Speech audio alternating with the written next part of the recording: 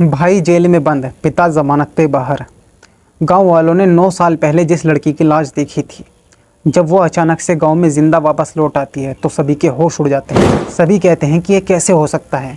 भाई ने जबकि खुद माना था कि उसी ने ही अपनी बहन के सिर पर एक लकड़ी से वार किया था, जिसके बाद उसकी मौत हो जाती है। और पिता ने भी ये इकरार किया था कि जब उसकी मौत हो जाती है तो उसी ने ही गाँव के ये काम के पेड़ के नीचे उसको गाड़ दिया था। तो फिर कैसे अचानक वो लड़की ज़िंदा होकर गांव में वापस आ जाती है। और हाँ, 210 हड्डियों वाली बात खुद पुलिस ने बयां की थी, जिसकी वजह से दोनों बाप बेटों को सज़ा मिली थी। दोस्तों, कहानी को पूरा जानने के लिए वीडियो में लास्ट तक बने रहे।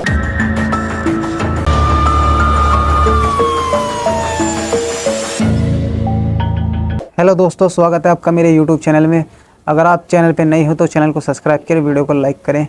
तो चलिए बढ़ते हैं कहानी की तरफ। दोस्तों, इस कहानी की शुरुआत होती है 2014 से।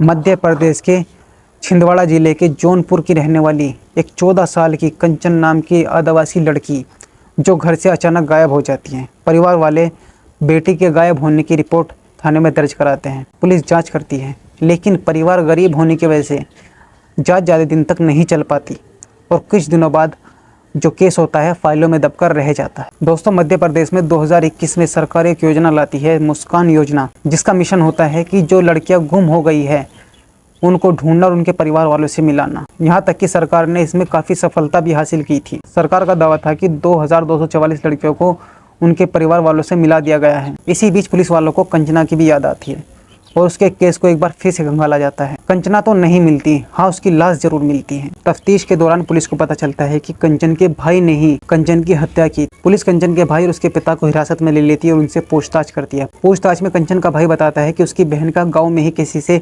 अफेयर चल रहा था, जिसमें उसने और उसके पिता ने उसे कई बार समझाने की कोशिश की, लेकिन वो नहीं मान रही थी। एक दिन इसी बात के चलते उसने गुस्से में लोहे की छड़ी अपनी बहन के सर पर मार दी, जिसकी वजह से उसकी मौत हो गई। उसकी मौत होने के बाद उसने ये बात अपने पिता को बताई। पिता ने उसके कपड़े उतारकर उसे एक कपड़े में लपेटकर गांव के ही एक आम के पेड़ के नीचे दफन कर दिया। पुलिस कंचन के भाई के बयान के आधार पर उसी आम के पेड़ के नीचे खुदाई करती है, जहां पर कंचन तो नहीं लेकिन उसकी हड्डियों के कंकाल मिलते हैं। जब उसके कंकाल को उसके घर ले जाया जाता है तो चूड़ियों की वजह से उसकी माँ उसे पहचान लेती है कि यहाँ उसी की बेटी है। उसकी माँ बहुत रोती है। गाँव वालों को भी ये बात अभी पता चली थी कि उसके पिता और उसके भाई ने ही उसकी हत्या की है। गांव वाले सभी हैरान थे। खैर, 2244 केसों में से एक केस ये भी था कंचन का। पुलिस वाले कंचन को उसके घर वालों से तो नहीं मिला पाते, लेकिन कंचन के कत्ल में उसके भाई और उसके पिता को सज़ा ज़रूर दिलवा देते हैं। खैर, 2021 की बात वो वहीं पर ख़त्म हो जाती है। पिछले हफ्ते कंचन दोबारा अपने गाँव में लौट आती है।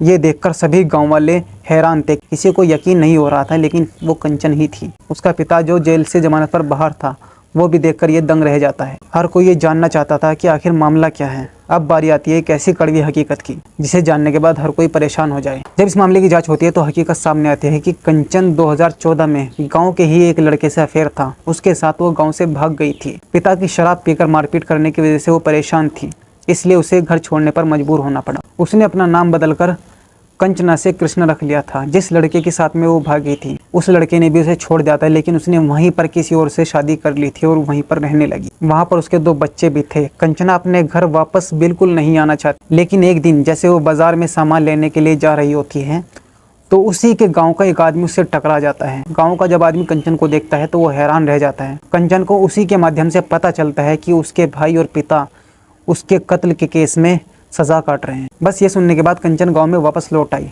अब सवाल ये उठता है, जब पिता सुन्नू और भाई सनी ने कंचन का कत्ल नहीं किया था तो उन्होंने झूठा बयान क्यों दिया?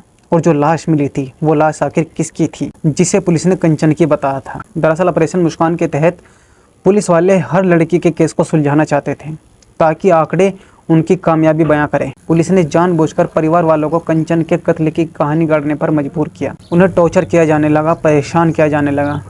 रात बेरात पुलिस वाले उन्हें जाकर परेशान करते थे।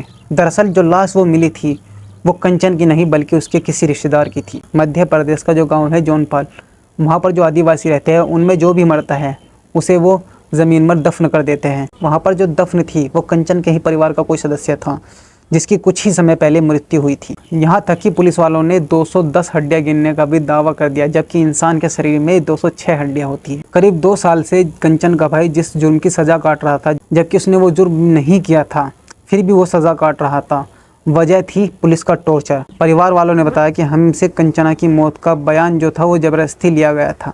अगर हम ऐसा ना करते तो पुलिस वाले हमें टॉर्चर करते रहते और परेशान कर देते। ये सब बयान कबूल किए जिसकी वो सज़ा काट रहे थे। खैर, मीडिया रिपोर्ट के मुताबिक इस मामले की जांच चल रही है। 2021 में इस केस को सुलझाने का दावा जिस पुलिस अधिकारी ने किया था वो अब जबलपुर में तैनात हैं। उम्मीद है जल्द ही दोषियों को सज़ा मिलेगी और परिवार वालों को इंसाफ। दोस्तों, इस वीडियो के माध्यम से किसी को ठेस पहुंचाना नहीं था, बल्कि आपको जागरूक करना है कि कुछ लोग अपनी थोड़ी सी वाहवाही के लिए दूसरों को जुर्म की दुनिया में धकेल देते हैं। दोस्तों, उम्मीद है ये वीडियो आपको ज़रूर पसंद आई होगी। अगर आपको पसंद आई है तो वीडियो को शेयर ज़रूर करें और हमारी ऐसी ही वीडियो देखने के लिए चैनल को सब्सक्राइब करिए।